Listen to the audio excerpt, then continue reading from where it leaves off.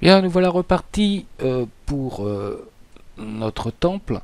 Donc nous avons vu l'animation des pierres, des colonnes, donc répétée 7 fois, regroupée donc dans une précomposition, plus ensuite cette précomposition je la duplique pour avoir mes 7 colonnes. Je la fais démarrer à 2 secondes une fois le traçage du temple terminé et je décale chaque précomposition d'un tout petit peu pour que nos éléments ne tombent pas tous en même temps. Voilà. La première colonne va être terminée, puis la dernière. Ok. Et au final, les 7 colonnes sont réunies dans une seule précomposition. Voilà. Maintenant, on va faire l'habillage intermédiaire de la colonne. Donc, j'avais créé un travail dans Photoshop où les colonnes étaient jaunes. Je vais la placer au-dessus de la colonne de pierre. Je vais la disposer de façon à ce qu'elle recouvre ou qu'elle se place au même endroit que la colonne de pierre. Voilà. On peut, dans Scale, en enlevant la petite chaîne, la grossir un tout petit peu. Du coup, il va falloir que je la replace correctement de façon à ce qu'elle recouvre, voilà, un peu mieux les pierres. Donc 113% au lieu de 100%. Voilà. Bien. Cette colonne, je vais en faire une précomposition tout de suite. Voilà. Je vais l'appeler colonne de couche, la deuxième couche. Voilà. Je vais aller dans la précomposition que je viens de créer qui s'appelle donc colonne de couche. Voilà. J'ai à l'intérieur donc ma colonne jaune. Je vais dans l'immédiat la dupliquer. CTRL D en cliquant sur voilà, CTRL D, j'en ai 2. Bien. Je vais aller chercher une image comme ça de pierre taillée. Voilà, pour faire une texture un peu mieux que ce que j'avais fait, que ce orange brut là. Donc je vais le placer entre mes deux colonnes. Voilà. Donc on va la placer ici. Lui faire une rotation pour qu'elle soit voilà dans le sens, donc une rotation à 90 degrés. Voilà. On peut la placer centrée, à condition bien entendu de l'avoir sélectionnée. Bon, on va dire que c'est pas trop mal. Bien, ce que je vais faire, c'est que je vais ouvrir ici. Voilà.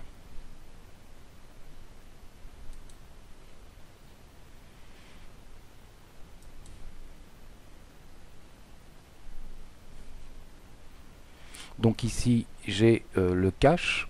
Et dans le cache ici, je vais créer alpha colonne 1 jaune PSD. Et ping, c'est comme un calque d'écrêtage. J'ai la texture qui s'est mise sur ma colonne. Une texture de pierre, ça sera un peu plus sympa. On va voir si je vais agrandir mon écran. Voilà. Si je peux jouer sur l'échelle pour voilà, affiner un petit peu. voyez, c'est vraiment comme le calque d'écrêtage. C'est emprisonné, voilà, dans le calque de référence. Du coup, voilà, j'ai une texture qui est un petit peu plus pierre.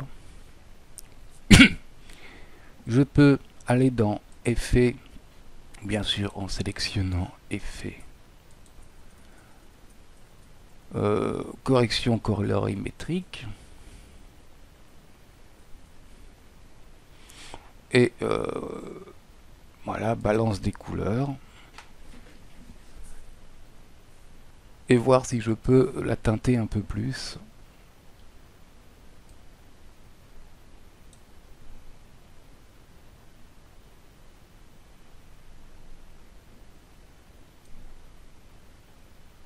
Voilà.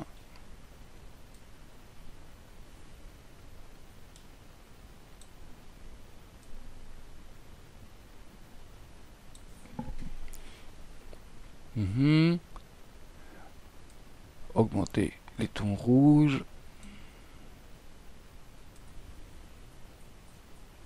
Voilà, descendre les bleus pour avoir quelque chose d'un peu plus, les bleus moyens aussi. Voilà, on va avoir un effet comme ça rock, donc la texture plus une couleur un petit peu jaune comme ça, peut-être pas trop jaune quand même.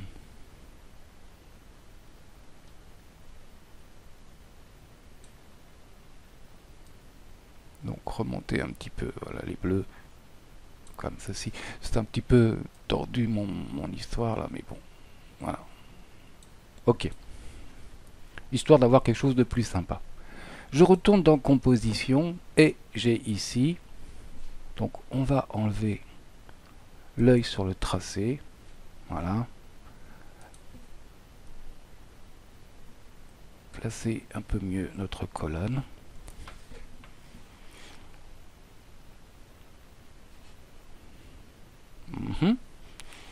Et on va créer tout bêtement un calque. Donc je sélectionne colonne de couche, je prends ici l'outil, enfin la forme rectangulaire, et je vais faire un masque autour. Voilà, pas plus compliqué que ça. Ce masque, il a un tracé du masque, donc je vais cliquer sur le tracé du masque à la 11 secondes. Je vais le mettre en soustraction, donc on ne verra absolument plus la colonne jaune. Me déplacer, on va dire jusqu'à 12 secondes. OK. Je reprends mon tracé de masque. Alors, je vais agrandir mon écran. Voilà. Mon tracé de masque, il est ici. Voilà. Et je vais tout bêtement le remonter comme ça. Voilà. Et on obtient donc ceci. Ma colonne apparaît. Voilà. On fera les petits réglages de largeur de colonne là qui me gênent un peu. La pierre est un petit peu trop large.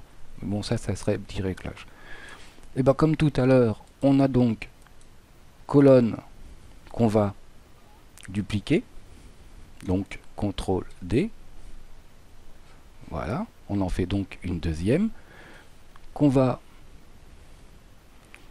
emmener sur la deuxième colonne. Voilà. On va faire encore un CTRL D. On refait une troisième qu'on emmène bien entendu sur la troisième colonne, vous avez compris.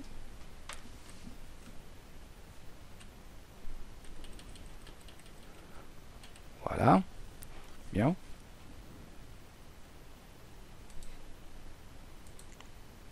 Voilà, j'ai donc fait mes 7 colonnes. Ici et ici. Donc ce que je vais faire, c'est que je vais les décaler un tout petit peu. pour ce faire, je vais les repousser. Tac.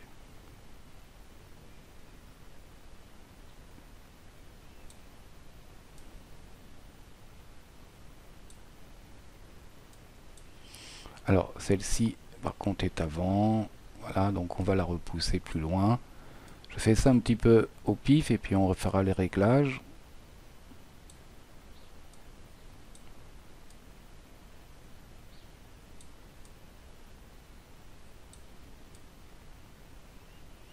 Voilà, je déplace les lignes de temps, ni plus ni moins, avec ma flèche comme ça.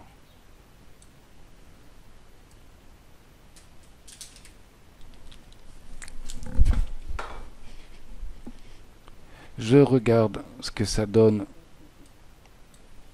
dans mon animation.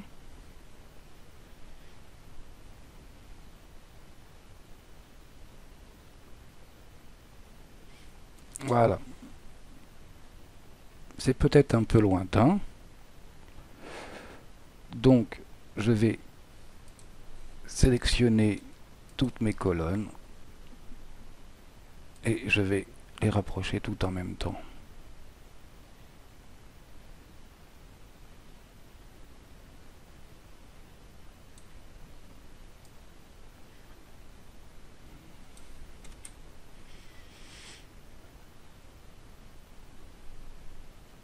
Voilà, mes pierres tombent.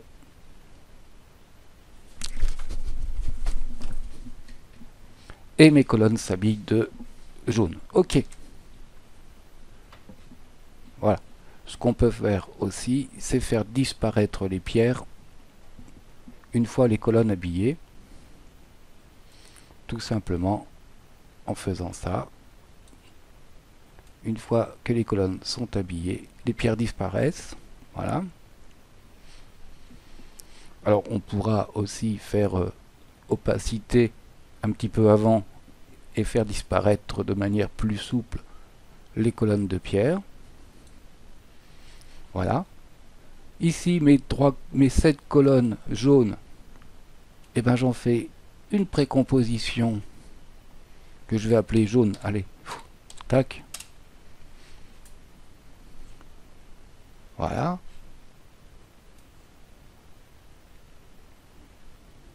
Voilà, idem, le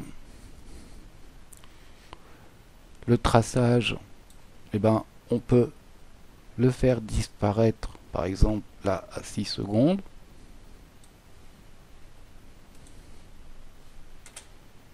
Et ne plus retrouver que les pierres. Voilà, on retravaillera les timings, parce que là, le jaune arrive peut-être un petit poil tard. Mais tout ça, ça sera du réglage de finition. Bien. Maintenant, je retourne dans mon projet. Je vais double-cliquer. Appeler le temple 2, il me semble.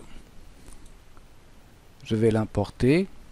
OK, avec des styles de calque modifiables. Composition, conserver la taille des calques. OK. Et ici, on a notre colonne terminée. Parfait. Je vais la placer. Donc, je vais placer ma colonne. Tac.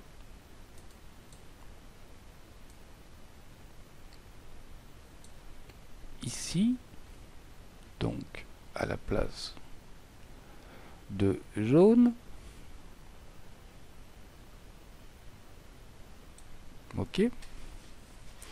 Alors, une fois encore, il faudra que je réadapte les tailles et les largeurs, surtout de tout le monde. Mais voilà, bon, pour l'instant, on est sur le principe d'animation. Donc, colonne temple, parfait. Elle se trouve ici. On va commencer à les faire apparaître pratiquement quelques temps juste après l'apparition du jaune. Voilà. Donc là, le jaune apparaît à 12 secondes sur la première colonne. Cette fois-ci, on va aller chercher pour la faire apparaître un effet transition. Alors généralement, l'effet transition sert plutôt pour les séquences lead et séquences vidéo, mais on peut s'en servir aussi de cette manière. Donc je vais prendre en transition le volet linéaire. OK. Ici, en pourcentage, j'ai 0 par défaut. Si je mets 100, voilà, vous voyez que ma colonne apparaît. Par contre, je préférais qu'elle apparaisse du bas vers le haut ou du haut vers le bas. Donc ici, je vais me mettre à 180 degrés. 12 secondes, mon pourcentage est à 100, donc on ne voit pas ma colonne. Voilà. Parfait. Et par contre, très peu de temps après, voilà, à peine une seconde, je suis à 0 de pourcentage, on voit apparaître ma colonne. On y est arrivé.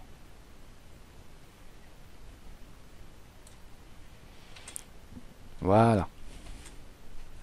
Et bien comme tout à l'heure, on va dupliquer nos colonnes. CTRL D, elles ont le même effet. Voilà. Par contre, l'effet volet linéaire, on peut le repousser un petit peu.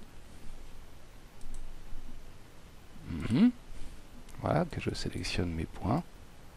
Le repousser un petit peu. Et on va jouer ici plutôt à 0. En angle. J'ai dupliqué donc ma colonne. Elle a l'effet volet linéaire que j'ai déplacé un petit peu. J'ai changé l'angle pour qu'elle apparaisse, elle, en se développant du haut. Et je vais la déplacer aussi dans la seconde, au-dessus de la seconde colonne, pour que ça fonctionne correctement.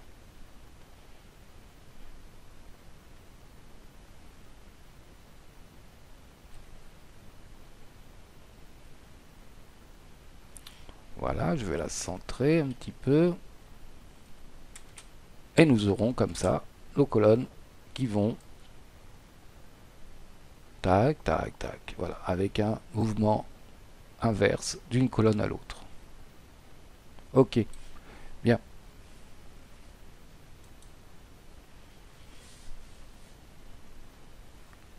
Je vais donc à chaque fois dupliquer la colonne 1 et dupliquer l'autre colonne, celle qui est dans un sens et celle qui est dans un autre. Donc là, CTRL D sur la première, déplacement pour aller se retrouver en troisième position.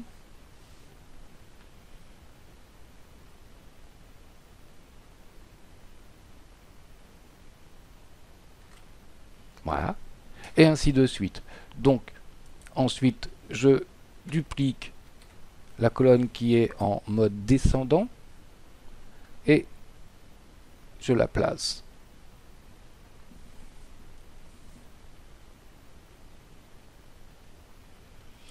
en position et je vais continuer ainsi sur les trois autres colonnes, un coup dans un sens, un coup dans l'autre, en dupliquant une fois celle qui descend, une fois celle qui monte. Pas plus compliqué que ça, je vous retrouve tout de suite.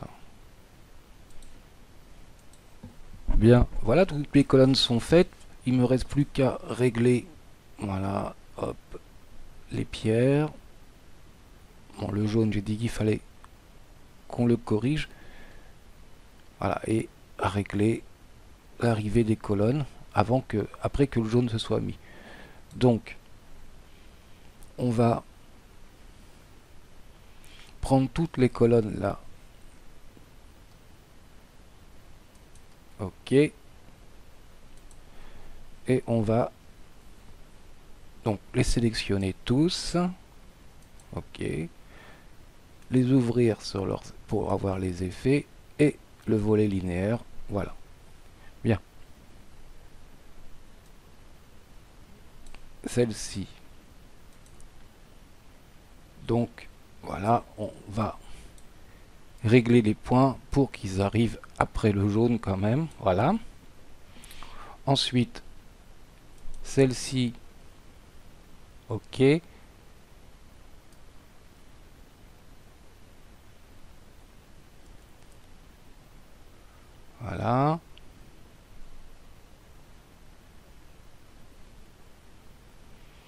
Donc là le jaune est arrivé ici, donc on va prendre les 2 points du volet linéaire et les régler pour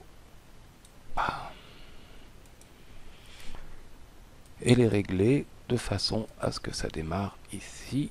Voilà, je vais faire le réglage et je vous retrouve une fois tout ça terminé. Donc à comprendre que on règle le point, voilà, d'arrivée de la colonne pour que ce soit en phase avec le jaune. Je vous retrouve une fois le réglage terminé. Bien, voilà, donc j'ai réglé donc les points de volet linéaire pour qu'ils correspondent parfaitement à la fin du recouvrement par la pierre jaune. Voilà, tap, tap, tap. Ok. On va refermer tout ça une fois après avoir corrigé tous nos points. Voilà, volet linéaire, tac, tac, voilà. Et les colonnes, et ben, toutes celles-ci, on va en faire une précomposition pour gagner de la place. Voilà. On va mettre colonne fini. Voilà. Ce qui veut dire que à un certain moment, voilà, les pierres donc vont disparaître et ici les colonnes jaunes vont elles aussi disparaître. Voilà, pour ne laisser que les colonnes finies. Bien, c'était un petit peu long parce que c'est de la manip. Donc on va obtenir ceci, le dessin de notre temple, l'apparition des pierres, disparition du tracé, apparition de la texture pierre jaune, voilà, et des colonnes, disparition des pierres et de la texture. Donc la disparition des pierres comme de la texture jaune, on jouera sur l'opacité en fin de bande pour que ce soit un petit peu plus doux dans la disparition. Voilà. On continuera le reste, mais le principe est celui-ci. On trouvera peut-être d'autres principes d'apparition, disparition, mais la base de cette animation, eh ben, c'est cela. Voilà. Ni plus ni moins. Alors, bien entendu, des petits réglages d'affinement sont nécessaires. On a vu au niveau de la largeur des pierres. Pour après, voilà, on n'a pas besoin que ça se voit derrière la colonne finie, donc on va réduire tout ça.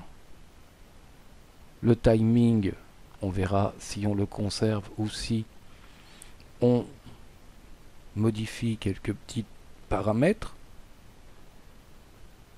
et ensuite on fera apparaître le restant du temple selon les mêmes principes: pierre, texture et matière finie.